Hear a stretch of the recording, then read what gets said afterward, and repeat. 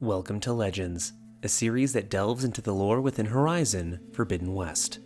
Along with the compelling characters, history, and motivations that make the world of Horizon so rich and compelling, there's another obvious draw to this amazing world: the iconic machines of the 31st century.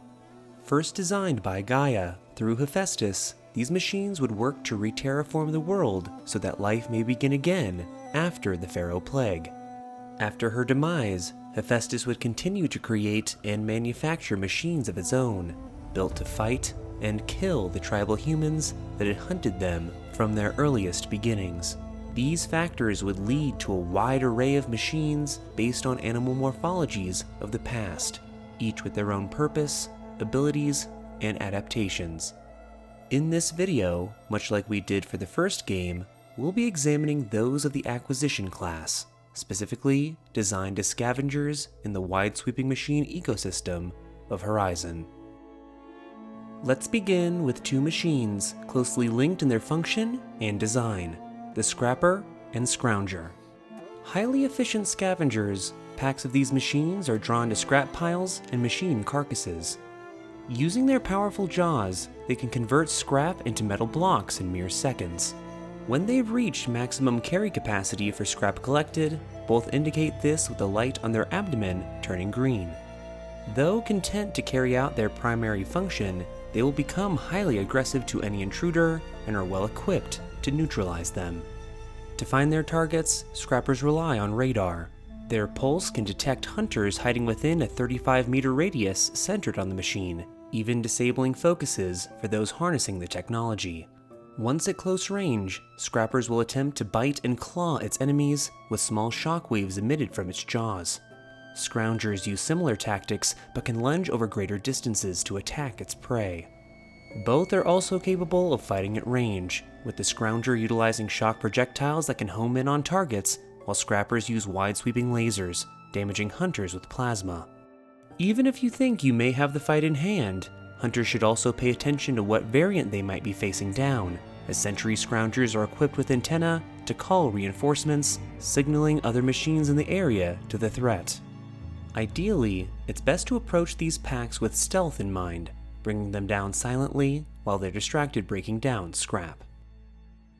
For our next two machines, we look to the skies, beginning with an all-too familiar foe to those who have joined Aloy's hunt for some time: the Glinthawk. Though they are often held in high esteem by the Carja due to their role in Ahriman's discovery of the Elite, for most, they are some of the most frustrating foes in all of Horizon. This was only made more evident as the frost-based machines we came to know in the East are now joined by fire-based variants in the West. Both are inclined to travel in packs and perch on rock formations or circle the skies looking for parts to scavenge.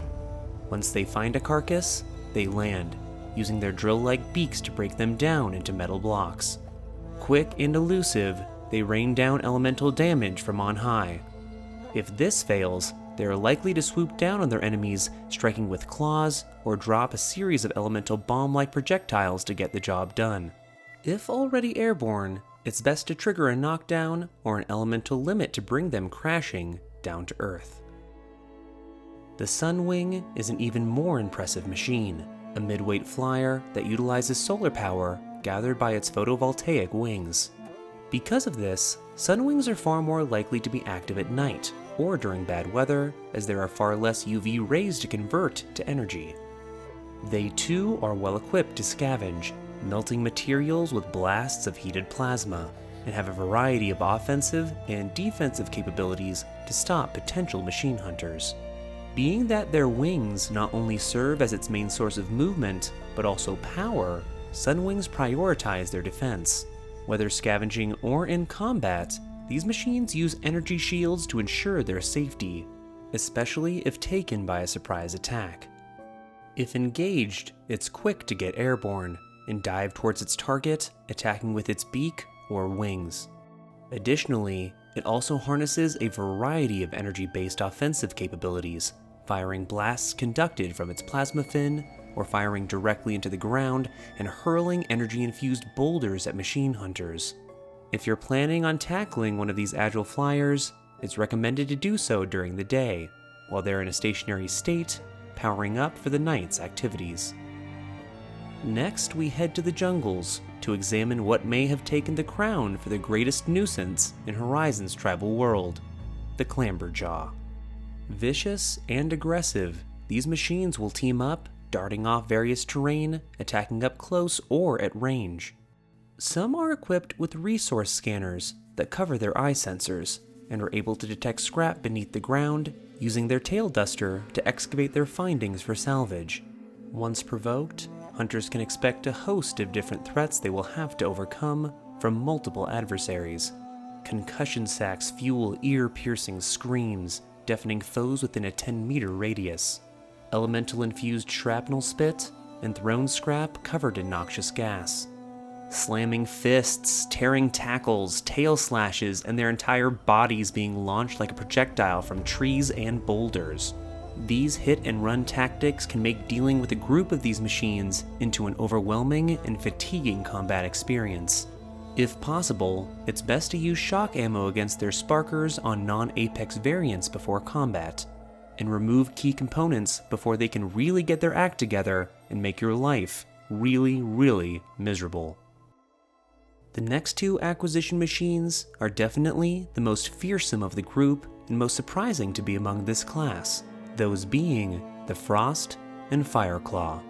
It's hard to believe that these two machines are not among the combat class, fearsome fighters as they are, but are scavengers at heart, as they can be found over carcasses of fallen machines, collecting resources and minerals for refining. First developed by Hephaestus within the Epsilon Cauldron in the heart of Thunder's Drum, these two have now made their home among the many other hunter-killers in the Forbidden West. The principal differences between the two are in size and element, Frostclaws being smaller, but are by no means small. Circulating cryogenic fluids throughout its body, this machine utilizes frost-based attacks and defensive measures to great effect. It flings icy boulders, shoots hailstorms of chill water, and creates massive icicles that erupt from the earth to impale its enemies. In melee, it utilizes metal claws and ice to slash and cut, and will even hurl its huge body at hunters to crush them where they stand. If an adversary manages to get the upper hand, at certain points of taking damage, the Frostclaw will enter its ice storm state, covering itself in razor-sharp ice, emitting constant frost damage for a time to anything that comes close. Where the Frostclaw is identified as a mid-weight machine, the Fireclaw safely finds itself among the heavyweights of Horizon. As sturdy as a slaughter spine, from an HP perspective, this machine is one of the most fearsome you'll ever encounter. Surprisingly fast, it's relentless in its pursuit of its prey. Where its counterpart in the frozen north relied on volcanic fluid circulation, those in the west rely on vast stores of blaze to unleash its scorching attacks, creating geysers of flame and molten rock to erupt from the earth, blasts of fire from its chest, and massive flames that engulf its entire body are sure to end the lives of all but the most experienced machine hunters.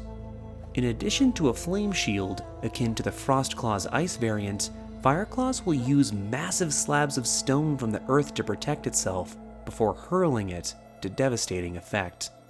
Though not the most recent addition to Hephaestus' creations, it still certainly holds its own among the most feared machines across the land, all while serving to salvage and refine resources within its internal furnace to aid in the creation of new machines. And with this, we conclude our exploration on Horizon Forbidden West's Acquisition Class Scavengers. For those wondering why the Bristleback wasn't mentioned in this particular video, though it does have scavenging capabilities, it seems that its main function is not the breaking down of scrap or machine carcasses. So if you want to see your favorite mechanical hogs, you'll just have to tune into our next episode, focusing on the machines of Horizon. And that brings our journey to an end. If you'd like to see more content like this, likes and shares are always appreciated, and if you're hungry for more Horizon lore, consider subscribing and checking out the rest of our lore library. Also consider supporting the channel on Patreon, so we can keep making content just like this. Check out the link in the description. And as always, thanks for watching, and keep questing.